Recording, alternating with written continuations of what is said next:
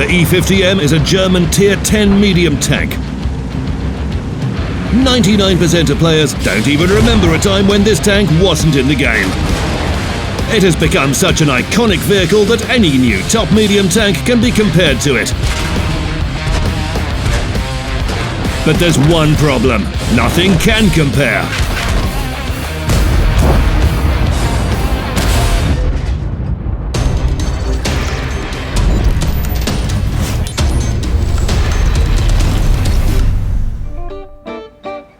The first thing you notice when you drive the E50M out of the garage is its size. This German tank is huge. Next to other medium tanks, it looks like a cathode TV set in the era of LCD displays.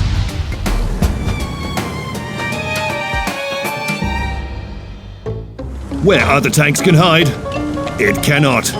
Where other tanks can pass, it cannot. When the E50M and another medium tank are spotted, it's the E50M who comes under fire. And its relationship with artillery is far from perfect as well.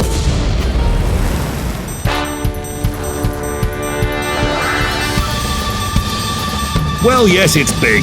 So what? Imagine that you traded in your Mini Cooper for a Hummer, and now you're trying to park it for the first time.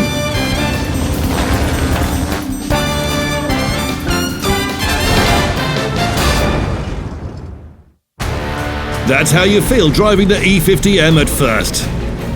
You can experience something like this when you drive the E100. But we're talking about a medium tank. The E100 is well armoured. So what about the E50M? The answer is interesting. The fact is that the E50M has the best front armour among all medium tanks. The armour plates are placed at nice angles and provide good relative armour thickness. And if you use armour angling manoeuvres, the E50M can soak up the damage. Its turret armour is not that good. In general, we can say that the E50M is armoured like the Tier 9 heavy tank. For example, the E75, but with one significant difference: spaced armour. Spaced armour is the most important thing for every self-respecting tank that absorbs damage. A lot has been said about how well it deals with heat shells. We won't even go there. Classic side scraping. The Jagdpanzer E100. And now the same trick with the E75. Here you go. Did you know that 2 E75s equals 3 E50s? And what does the E50M equal?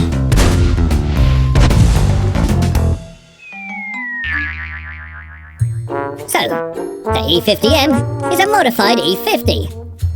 This means we have an unknown variable modification. Let's assume that this variable equals 1 Leichtraktor. It follows that E25 plus E25 plus Leichtraktor equals E50M. E100 plus Leichtraktor equals E50M plus E50M.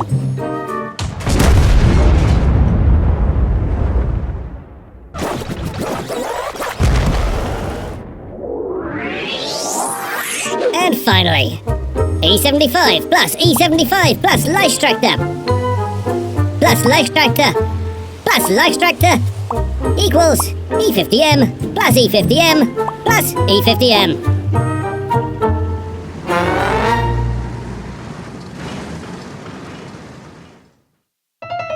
Comparing the E50 with the E75 is fun, but you might get suspicious.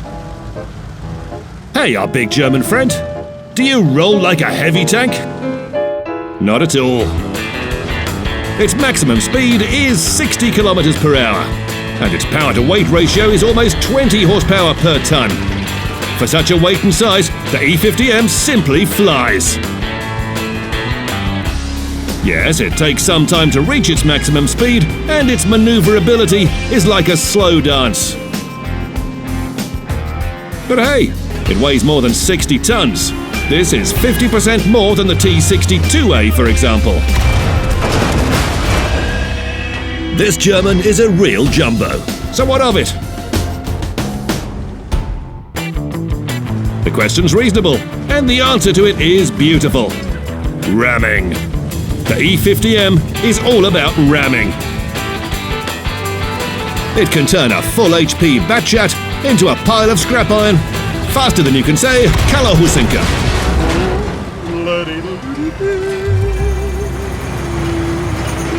The E50M is so good at ramming that sometimes you shouldn't go for it.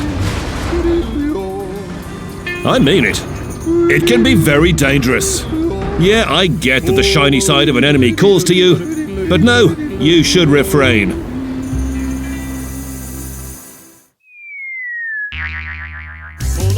Fifth place, the side of the E100 that you definitely have to finish with a ram.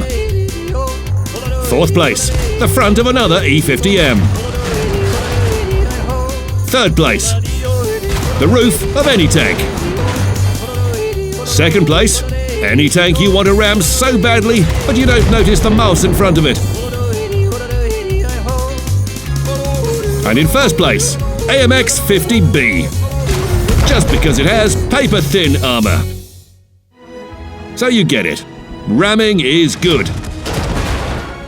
Or not. It doesn't matter. It's time to return from the parallel universe with the head-butting tanks to the real world, where you need to shoot. The E50M is famous for its accuracy.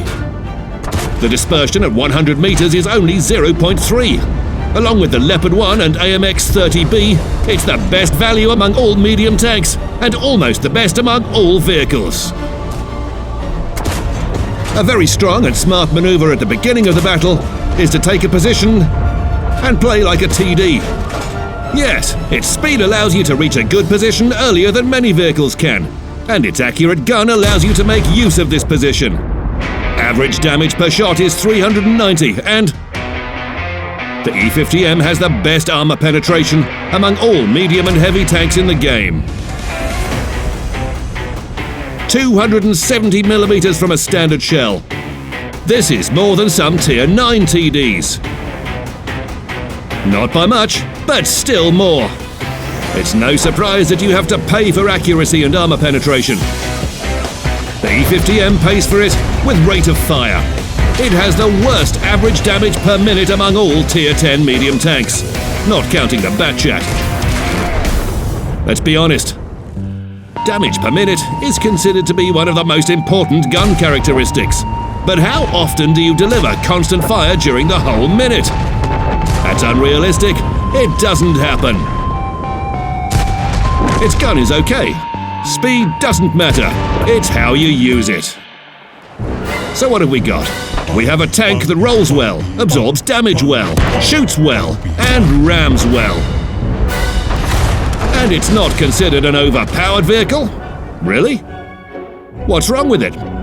Yep, it's big, and that's bad, but it's not too bad. So why don't we see more of them in random battles? The reason lies in its gameplay. It's difficult to play. During the battle, the E50M plays like a medium tank, only some of the time. Need to take a position? Okay, you're a medium tank. Standing and shooting its accurate gun? You're a TD. Changing flanks? Medium again. If it comes to using the armor, you're a heavy tank. Keep your dimensions in mind and add ramming, and you get a tank that can do anything. But only in skillful hands. The E50M is like a modern smartphone. It's big and versatile. You can play Blitz and watch movies on it. It can be an MP3 player or just a phone. But with proper treatment, it can be everything at once.